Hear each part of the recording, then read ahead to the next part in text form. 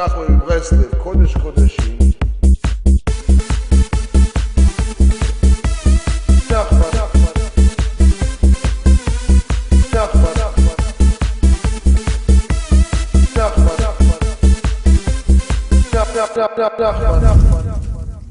A lot of things are causing confusion in the world today.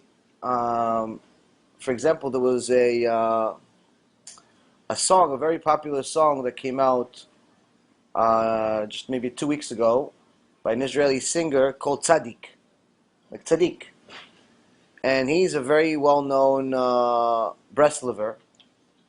And the song is a fantastic song, full of musar, where he talks about somebody that everyone says is a tzaddik, but he himself knows he's not a tzaddik. He himself knows he has a yetzara, borderline he's a rasha. He has a lot of really bad things about him, and he's doing cheshbon nefesh, doing self-accounting, saying, you're telling everybody to have emunah, but you don't have emunah by yourself. You're telling everybody, be happy, but you're the saddest guy in the city. Everybody says, tzaddik, tzaddik, they kiss your hand. And he says, what kiss you? Well, you know you're not tzaddik. It's a very good song. Rabbi Fine, when he told me about this song, he says, you know what, honestly, anyone who understands the words should listen to this song as often as possible, especially before Yom Kippur. Maybe they'll do TeShuva. Mamash, ad kedei kach. Now you would think a song like this would get praise from the religious people and maybe from the secular people too. Well, as Alma de Shikra that we live in, the world of lies that we live in, proves itself once again. The secular people love this song. They love this song. Why? Because they know it's real. They know plenty of people that are called tzaddik, but they're as far from it as far. At the same token, the religious people, specifically Breslovers, hate it. Hate it, dread it. They went against him publicly. How can you do this? Rabbi Nachman said that you have to find good in every Jew. And how can you do this? All the years you've been a Breslover, this is what you turn into. What happened to you? Mamash, publicly going against this guy. Now, the funny and sad thing is that all of the people that are going against him in the name of Rabbi Nachman don't know Rabbi Nachman. Why? Because although Rabbi Nachman of Breslov, Kodesh Kodeshim, he said that you have to find good in each person, he was referring to righteous people. He's not referring to everyone. Why? Because he has a whole section about Reshaim, wicked people. There are many sections actually. Rabbi went over 145 different sources showing different Reshaim.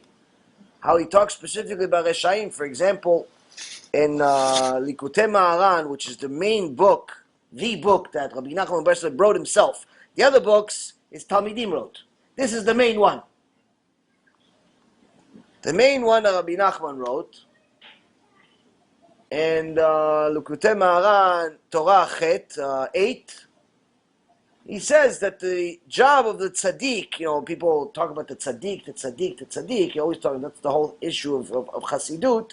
And actually one of the things that the Gaon Mivina had a problem with, he said he made the tzaddik too much, sometimes bigger than God.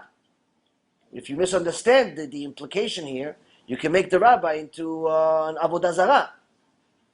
And that's why the Gaon Mivina at his time said that Chassidut, specifically referring to Breslov and Chabad, are the two closest religions to Judaism. Ad kedei kach, to that extent, he really was a sworn enemy of it, and many other Gedolei Ador went against it throughout all the generations. Now, of course, there is some good that came out of Chassidut, as we've talked about in the past, and unfortunately, there's a lot of bad that came out of it. Needless to say, Rabbi Nachman of Breslov, the Baal Shem Tov, the Lubavitcher Rebbe, the Rabbi Schneerson, he's the Tzemach Tzedek Lubavitch, all these tzaddikim, these are all tzaddikim. There's nothing wrong with that. Unfortunately, the roses have thorns. The roses, these are roses, but they have thorns. Sometimes the thorns are the talmidim, and the thorns are thorns. They create the bad.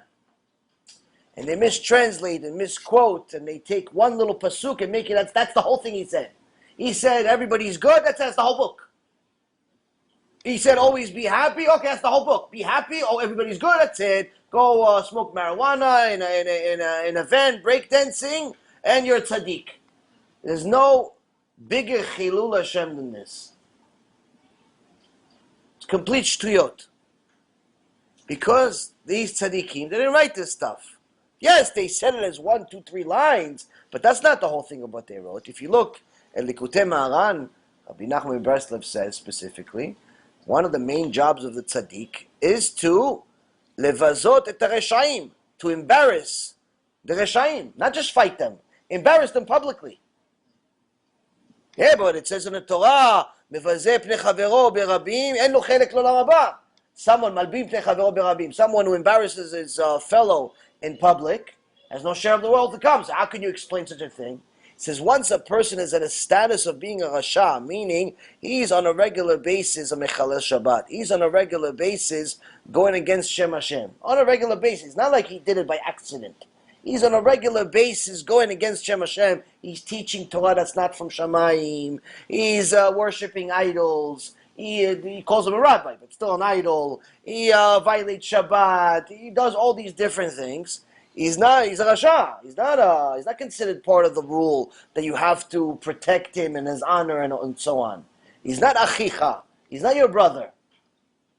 So embarrassing him, it's mitzvah. It's not just that it's not avirah, it's mitzvah. He told this sometimes to Breslovers, like, no, what do you mean? Who are we to judge? What do you mean? It's the Torah to judge. We're not here to judge. The Torah judges. The Torah, we don't judge. The Torah judges. Torah judges, someone's a mechalel Shabbat, is considered 100% an idol worshiper. We didn't judge. If it was up to me, everyone's okay. But since Hashem didn't ask me for permission when he wrote the Torah, I have to go by his rules. So,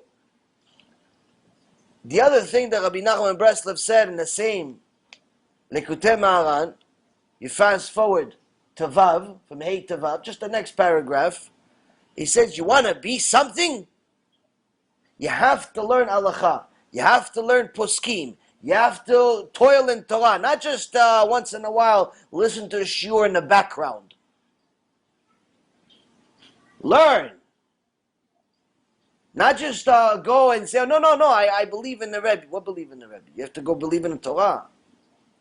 So, there's a lot of things that all of these naysayers that say, no, you have to love everyone, in reality, this is just a defense mechanism that the wicked use as a disguise to make them look like they're righteous.